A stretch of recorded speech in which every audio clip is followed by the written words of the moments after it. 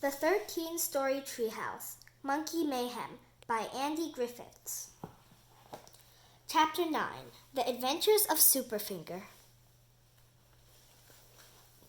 Once upon a time there was a finger, but it was no ordinary finger. It was Superfinger. Superfinger helped the helpless. Superfinger helped the lost. Superfinger even helped those whose nostrils were blocked. Everybody loved Superfinger. One day, Superfinger was out looking for new problems requiring finger-based solutions when he heard an outdoor rock concert.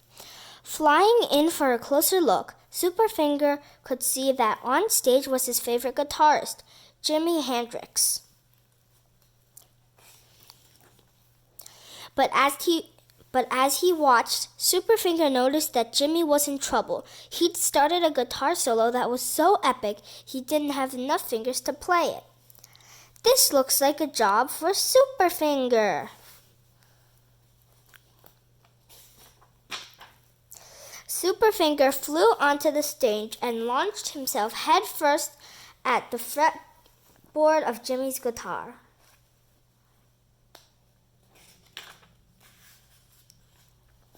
Superfinger and Jimmy ended up jamming for the rest of the day and well into the night, and everyone agreed it was the best concert ever in the history of the world.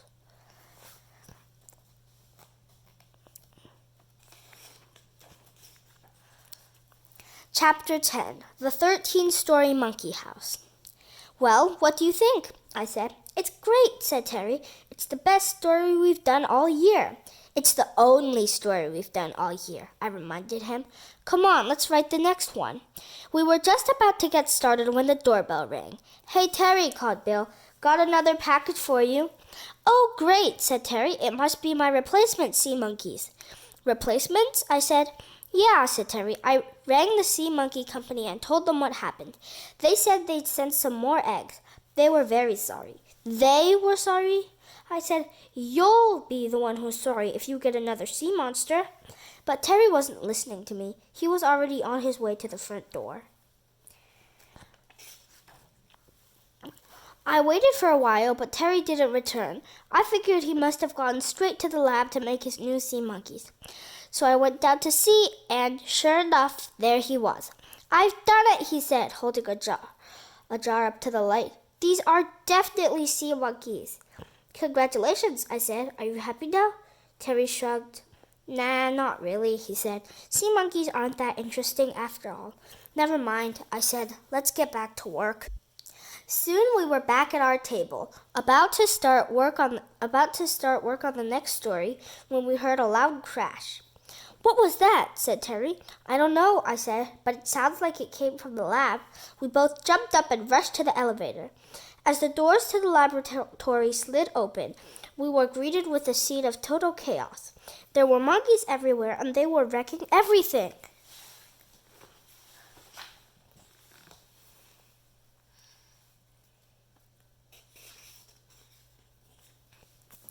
They were swinging and leaping and chasing each other all over the laboratory.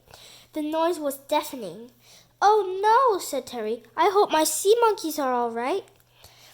They are your sea monkeys, I yelled, pointing to the empty jar on the floor, except they're not sea monkeys, they're monkey monkeys. That stupid company has sent you the wrong sort of eggs again. But I hate monkeys, said Terry. Not as much as I do, I said. They're getting into the elevator, said Terry. Oh, great, I said. Now they're going to wreck the rest of the treehouse. We watched helplessly as the doors closed and the elevator rose through the trunk back to the main level. In the time it took for the elevator to come down again and take us back up, the monkeys had created complete havoc on every single story of the treehouse. There were monkeys in the bowling alley. There were monkeys in the bathroom. There were monkeys in the swimming pool. There were monkeys in the kitchen. There were monkeys on the observation deck. There were monkeys everywhere. Watch out, I shouted. A bunch of monkeys were riding the marshmallow machine straight at us and firing marshmallows at our heads. At the same time, another bunch of monkeys were swinging toward us on a vine. Duck, I yelled. We both bobbed down. The monkeys on the vine collided with the monkeys on the marshmallow machine. Monkeys and marshmallows and bits of the marshmallow machine went flying in all directions. But the collision didn't seem to bother them a bit. They picked themselves up and began pelleting us with anything they could get their dirty little monkey paws on. What are we going to do, Andy? Said Terry. Definitely not order any more sea monkeys, I said. Yeah, but before that, said Terry. Whack them with the giant banana, I suggested. It's just there. I pointed where it was lying on the floor near Terry. But you said 2 wrongs don't make a right, said Terry. They do when there's monkeys involved, I said. Terry picked up the giant banana and, holding it like a baseball bat, began whacking back marshmallows, pens, pencils, erasers, paintbrushes, paints, and monkey poop being hurled in our direction. And then he began knocking the monkeys right out of the tree.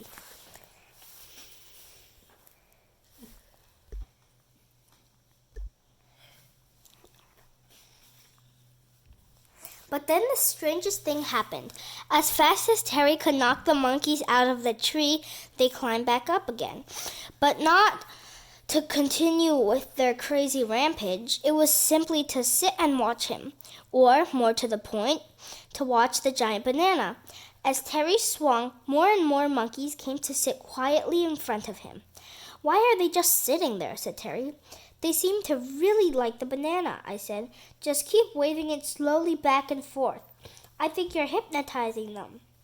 Sure enough, Terry had the whole gang of monkeys under the spell of the giant banana. What do I do now? He said. Lead them up to the top of the tree, I said, and put them in the giant catapult. Of course, said Terry. Why didn't I think of that? You did, actually, I reminded him. Terry had originally designed the catapult as a garbage disposal unit, but we had to stop using it for that because we got too many complaints from our neighbors. For a while, we used it to play tricks on each other. But these days, we mostly used it for getting rid of unwanted guests. In this case, monkeys.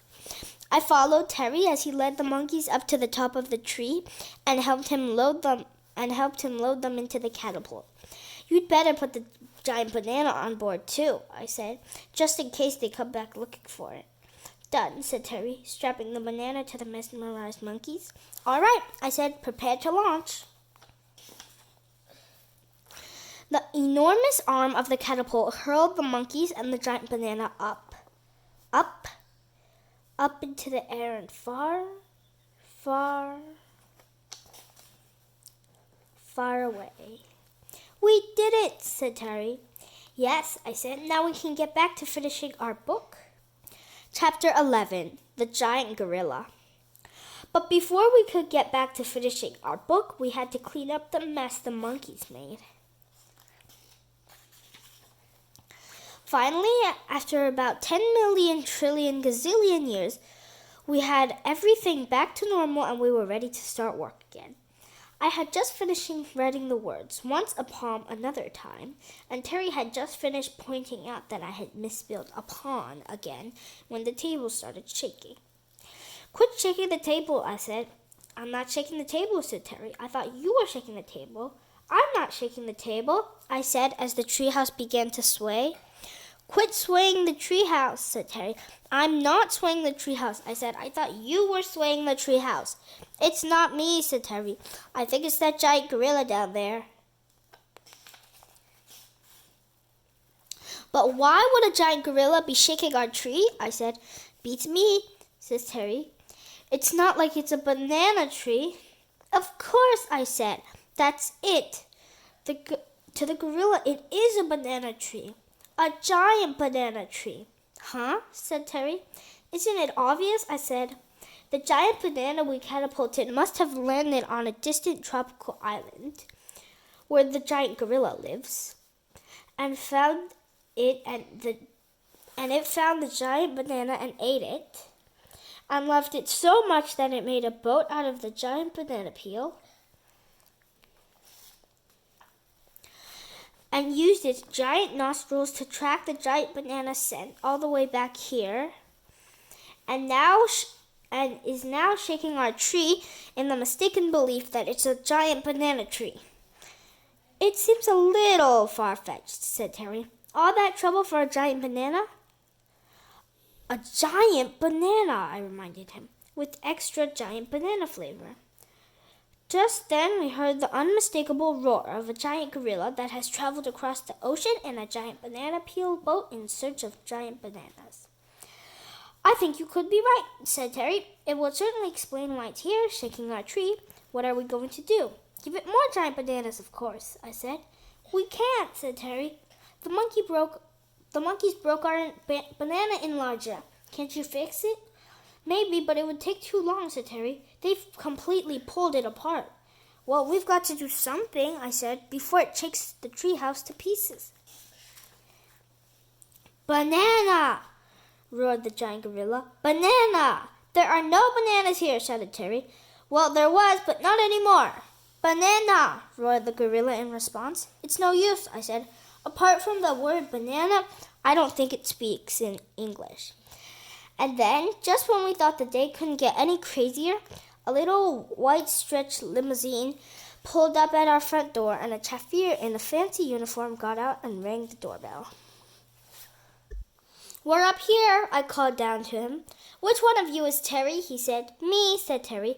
Well, said the chauffeur, I'm very pleased to inform you that you have won first prize in the Barky the Barking Dog drawing competition with your drawing of Barky at the beach. Wow, that's so exciting, said Terry. What do I win? You get to meet Barky, said the chauffeur. When? Said Terry. Right now, said the chauffeur, opening the back door of the limousine. This is great, said Terry. Barky's here. Not only do I get to meet him, but he can save us. And the treehouse. And how exactly is he going to do that? I said. By barking, of course, said Terry. Right on cue, Barky emerged from the limo and began barking at the giant gorilla. He barked and barked and barked, and then the giant gorilla lifted up one of its gigantic feet and stomped on him.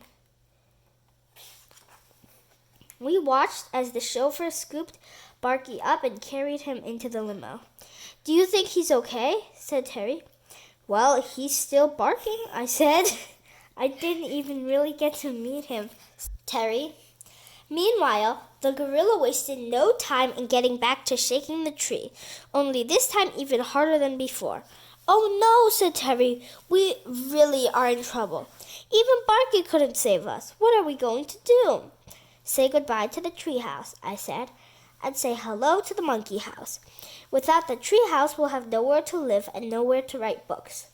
I hate monkeys, said Terry, and giant gorillas. Well, you've only got yourself to blame, I said. If you hadn't sent away for sea monkeys or fooled around with giant bananas in the first place, none of this would have ever happened. But Terry wasn't listening to me. He was looking up into the sky. Can you hear that? He said. You mean the sound of a giant gorilla destroying the treehouse? I said, yep, coming through, loud and clear. No, said Terry, the sound of a flying cat. It's Silky. She's come back, and she's not alone.